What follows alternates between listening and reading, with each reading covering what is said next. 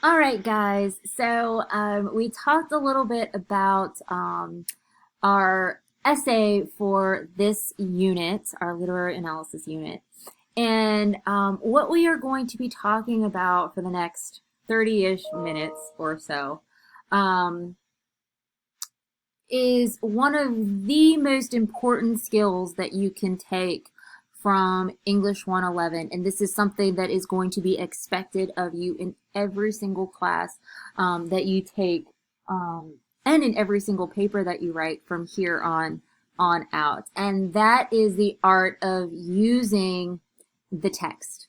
How to do summary, paraphrase, and direct quotations. And that this is the kind of skill that I will be assessing with your literary analysis because and the reason why I say that this is so important is because with academic writing, it is a requirement, it is an expectation of you to use to make use of primary and secondary sources. And of course, primary sources, as you guys saw, are the actual text that you're analyzing. So for example, our primary text that we will be utilizing is Agatha Christie's And Then There Were None, versus secondary sources, which are kind of outside research sources that are about the text or about the author or anything else that's not or something that's related to the primary source. So that is a standard convention of academic writing. It requires that you incorporate the words of others into your writing.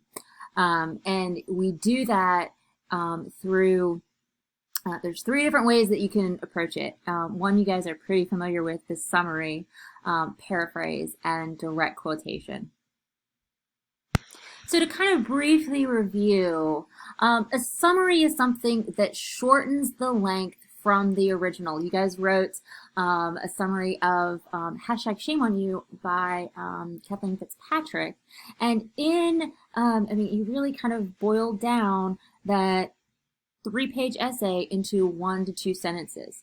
And summaries are unique in that they require the use of your own words. They are objective in that they leave out any kind of opinion, analysis, whatever, and really just kind of highlights the main points. Summaries also give credit to the source. So there's always that kind of phrase of attribution, like according to the author. Agatha Christie explains, the scene of. However you want to approach it, you always want to give credit through these kind of signal phrases when you provide a summary, because it shows a distinction between your views, what you've written, versus what you're summarizing, the words and the ideas of others. So summaries are short, sweet, and to the point. They're no longer than 2 sentences, 1, maybe 3, but they're short, sweet, and to the point, and they highlight just the gist. So if you look, I kind of have a little practice when I do this in class. I make you guys actually do it, but I am going to show you an example of a sample summary that I have created based on chapter 3 of And Then There Were None. And I've worked really hard to not provide any spoilers in this kind of lecture. So keep that in mind. But you always want to begin with the main idea of whatever the passage that you're summarizing is, or the chapter in this instance. So if you think back to chapter 3 of And Then There Were None, it's that we go back to that dinner scene where they're all collected together, and then there's the swan song, right? They're all accused of murder. So that's all that really happens. I mean, that's not all that happens, but that's the main point of chapter 3. So to give you an example of what a summary of that chapter looks like, here it is. In chapter 3 of Agatha Christie's And Then There Were None, the 10 guests of UN Owen are each accused of murder by a voice recording. Most of the guests deny and justify their actions. So I have taken a 15 plus pages and I have boiled it down to 2 sentences. Okay, and this is a good summary because it gives kind of that phrase of attribution. This is not, I mean, I didn't write any of this. I wish I did, I'd be rich. But in chapter 3, this is what I'm summarizing of Agatha Christie. So I've got 2 phrases of attribution, where I've gotten it and who wrote it. So I've boiled down those 15 pages into the most important parts of that chapter, that they're all accused of murder. However, there are limits to a summary. Summary is great to explain the gist or the overall essence of an article or a larger section of text. But when we delve into analysis, we're really picking it apart and breaking it down into specific detailed passages. And one of the ways to kind of hone in on those specific detailed passages is paraphrase. So if you look at summary, sum is kind of that sum total of a piece. It's that kind of main gist. But paraphrase looks more like what word? It looks more like paragraph. So instead of looking at something that's, maybe 15 or 100 pages long, I can look at something that's a paragraph or maybe 2 pages long. So a paraphrase, like summary, you use your own words. They are your own words. But unlike summary, a paraphrase rewords a specific point or a detailed passage. And a paraphrase is always going to be more specific than a summary. So there are a couple of requirements for a paraphrase. And one of them, of course, is, like I said earlier, is to put the ideas into your own words. But you have to do more than kind of change a few words around. The idea is not to go through a passage with a thesaurus and just change all of the words, I'll give you an example in just a minute. The idea is not to go through and change all of the words with the thesaurus and just kind of substitute them in that kind of same structure. You have to change the entire passage around, or even shorten it in some regards. Like with the passage that I'm going to give you guys an example of, it's like maybe a page and a half long, and I can't go through, I mean, if I paraphrased all of that, and went through and substituted all of the words, I'd have just as long of a passage. So the idea is to shorten it, but to also reword it and change the essence of not the essence of the passage, but change the words to kind of still get the same meaning. You do have to give credit to the author by creating an internal or in-text citation at the end of the sentence. And of course, we know that in MLA, all that includes is the author and a number for the page. So, what if I have more than one paraphrase in my paragraph, or I have a combination of paraphrase and direct quotations? Can I just put one in-text citation at the end of the paragraph and call it good? No. For every sentence that you reword, for every piece of evidence that you cite directly or indirectly, you have to have an internal citation at the end of each of those sentences. And it is expected and normal for there to be multiple citations within a single paragraph. So every paraphrase needs its own in-text citation, and every direct quotation needs its own in-text citation. Attribution. Just like I said in summary, you have to have some sort of signal phrase or phrase of attribution.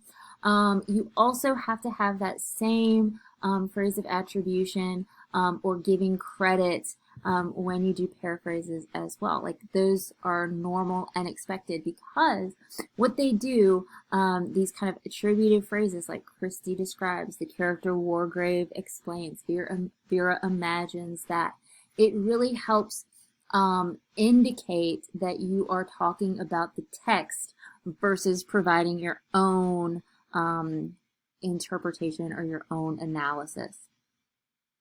It separates your ideas from the author's.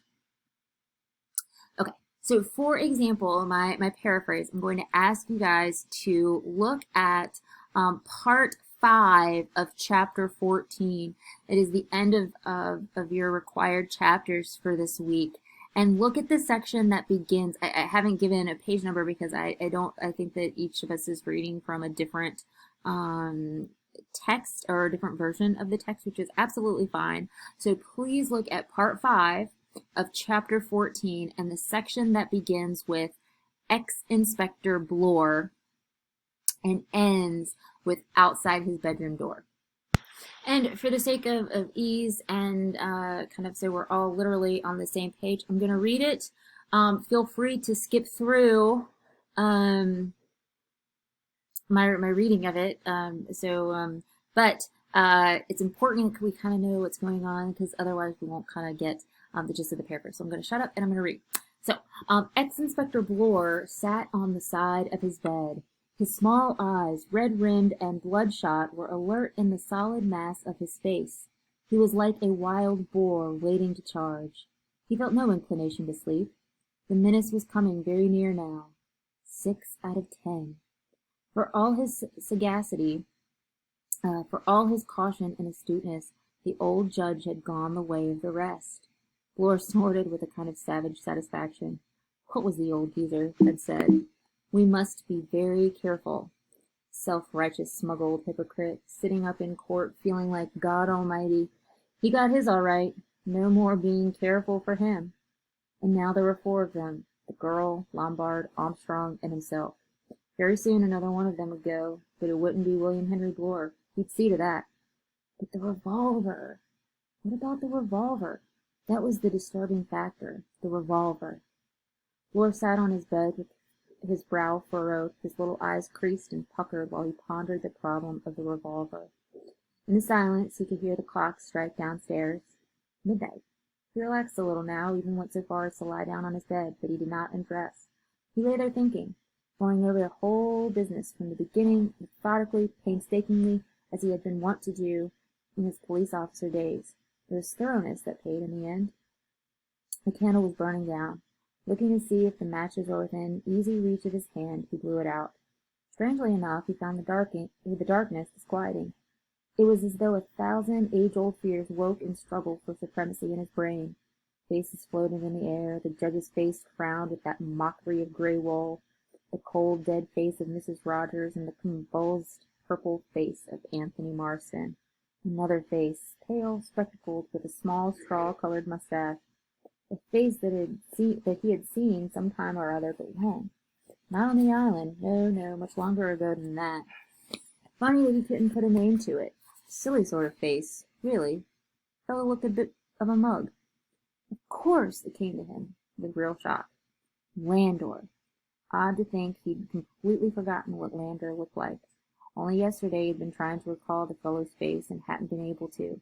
And now, here it was, every clear feature and distinct, as though he had seen it only yesterday. Landor had had a wife, a thin slip of a woman with a worried face. There had been a kid, too, a girl about 14. For the first time, he wondered what had become of them. The revolver. What had become of the revolver? That was much more important. The more he thought about it, the more puzzled he was. He didn't understand this revolver business. Somebody in the house had got that revolver. Downstairs, a clock struck 1. Floor's thoughts were cut short. He sat up on the bed, suddenly alert, for he had heard a sound, a very faint sound, somewhere outside his bedroom door. So, now that Mother Swan has read you all a lovely bedtime story, let's look at what's going on in this section of the text. We have ex-Inspector Bloor alone in his room, and we know that in those alone moments, we get those kind of times of retrospection, and he's really thinking about a couple of things. He's thinking about Wargrave and how Wargrave has just been found dead. He's thinking about which one's going to go next. And he's really thinking about the revolver and how he can kind of figure out who's behind all of this. And then suddenly he thinks about all of the people that he's met in the last couple of days who died. And then out of the blue, he's reminded of Landor, the guy he's been convicted of having responsibility of killing or murdering. He bears some blame in Landor's demise, and he does, we find out. And then all of a sudden he hears something outside and it's over, right? So if we look at all that's happened, we can kind of put together a paraphrase of that section that I just read. And really, it was only a couple of pages long, but I can boil that down into 2 sentences. During the night after the judge's death, Bloor's thoughts become troubled. They shift from the various image of dead guests to Landor, the man he imprisoned with his false testimony, to questions about Lombard's missing weapon. Suddenly, a noise breaks his reverie. And there it is. Like, I just got the gist of all of that without having to kind of read that passage. It boils it down very nicely. Is this a good paraphrase? Well, do I use any of the words from the original source? Only the people's names. Landor, I think, is the only thing that I use.